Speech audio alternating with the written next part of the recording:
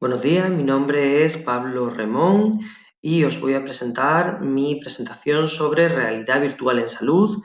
Concretamente la voy a enfocar en mi especialidad y voy a hacerme la pregunta de si puede ayudarnos en la endocrinología, porque realmente creo que es algo bastante complejo y es algo en lo que he pensado cómo nos puede ayudar en esta especialidad.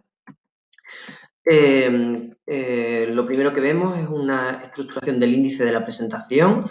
Vamos a definir qué es la realidad virtual y qué es la realidad aumentada, cuáles son los elementos necesarios en cada uno de estas distintos tipos de realidades, cuáles son unas aplicaciones en salud generales y concretamente en endocrinología, cómo podemos hallar distintas aplicaciones tanto para pacientes como para facultativos, es decir, médicos o enfermeros que realicen esta actividad. La realidad virtual, pues, fundamentalmente se define por la creación de entornos virtuales.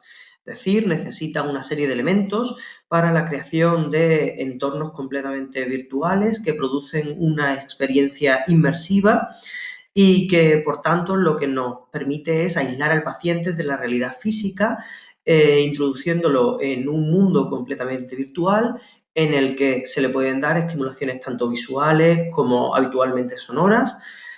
Actualmente, dentro del mundo de la realidad virtual, ya hay otras aplicaciones como la introducción de elementos, por ejemplo, olorosos. Sin embargo, en el mundo de la medicina y que realmente pues, el desarrollo es bastante relativo, junto con que elementos olorosos no serían demasiada utilidad en la aplicación médica, pues fundamentalmente se basan en estímulos tanto visuales como auditivos o sonoros. La realidad aumentada, por contra, realmente el entorno que presenta es un entorno real. Lo único que es que utiliza los distintos elementos e instrumentos de la realidad virtual para establecer una serie de adiciones virtuales a dicha realidad. Es decir, establece artificial sobre real e incrementa la experiencia que nosotros estamos viendo.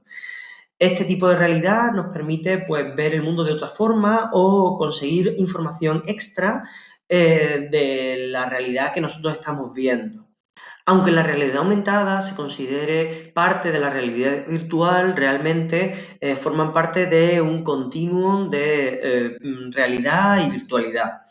La realidad aumentada sería un elemento más cercano a la realidad y el entorno completamente virtual, pues la realidad virtual estaría más cercano al mismo. De tal forma que se pueden adicionar y se pueden combinar entre ellos para establecer interacciones. Realmente los elementos necesarios son bastante variables, ya que dependen de la experiencia virtual que nosotros queremos establecer.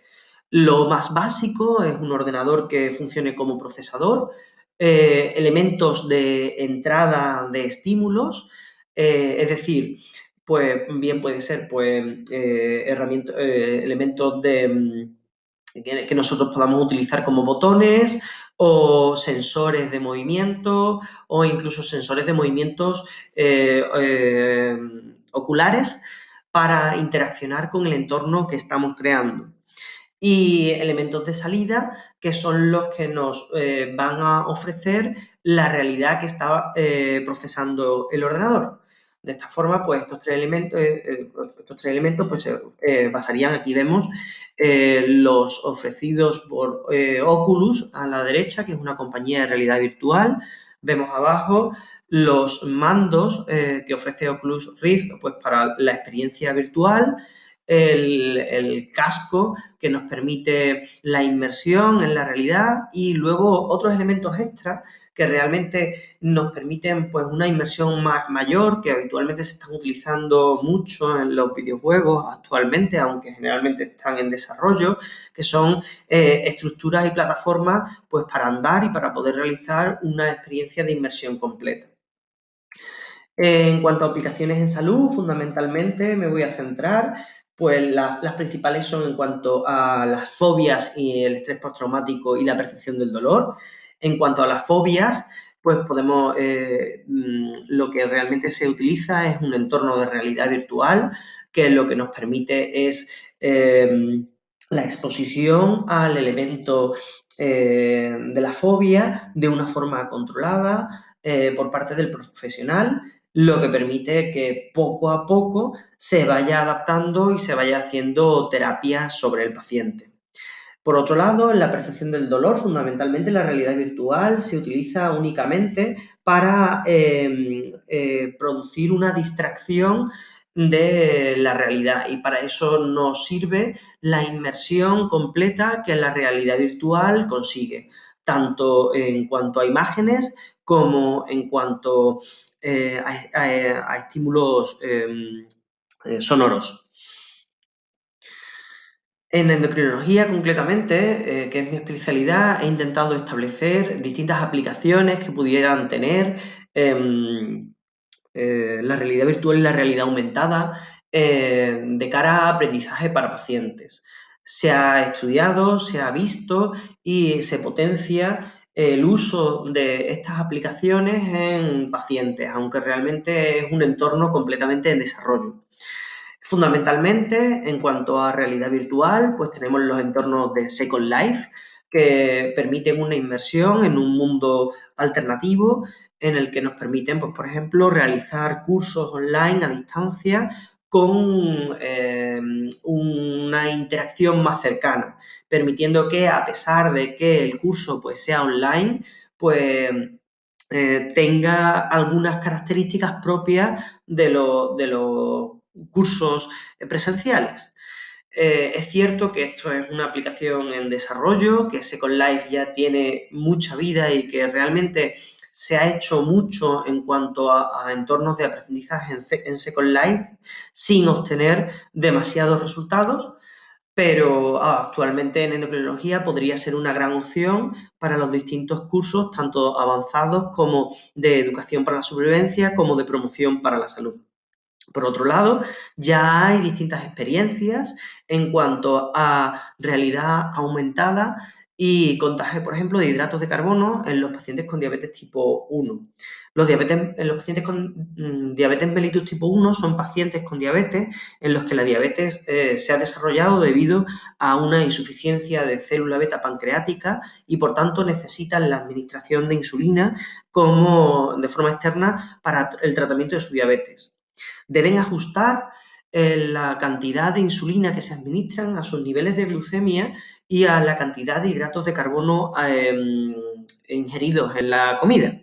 De esta forma, vemos, por ejemplo, que en esta aplicación ejemplo se realiza una captura de la imagen a través de la cámara del móvil con una pegatina que permite a la aplicación reconocer el tamaño de la ración. La propia aplicación segmenta en distintos tipos de alimentos, en este caso, por ejemplo, comida, pasta y ensalada.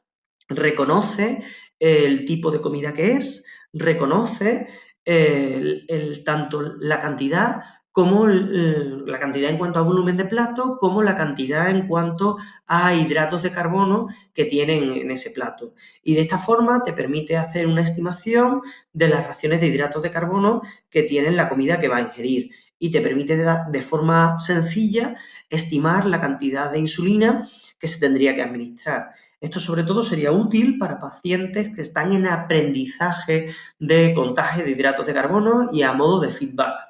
De la misma manera, también sería útil para pacientes con diabetes mellitus de larga evolución, en el que el contagio de hidratos de carbono pues no sea algo ya tan estricto y lo tengan algo ya también olvidado. Sirve como refuerzo de esta forma. Por otro lado, para aplicaciones de realidad virtual y realidad aumentada en endocrinología para profesionales, la verdad es que he encontrado bastante poco.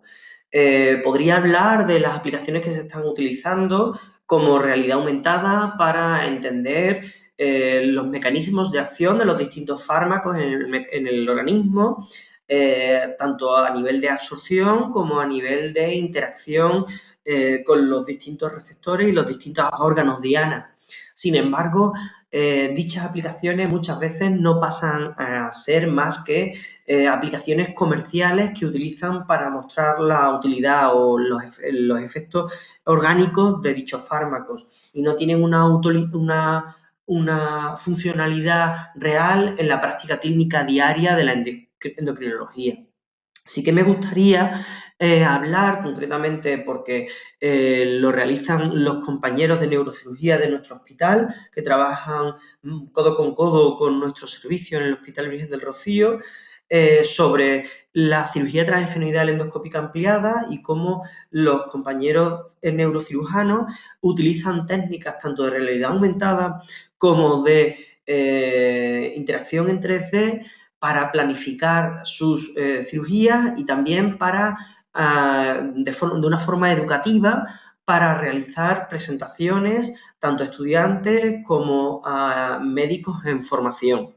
Y de esta forma que tengan una visualización más real de lo que realmente se encuentran cuando acceden a nivel transesfenoidal a la hipófisis con el endoscopio, ya que uno de los grandes avances de este tipo de cirugía para ellos es la visualización en 3D y la visualización espacial de las distintas estructuras del área hipofisaria.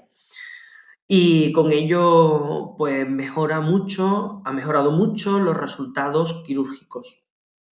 Muchas gracias.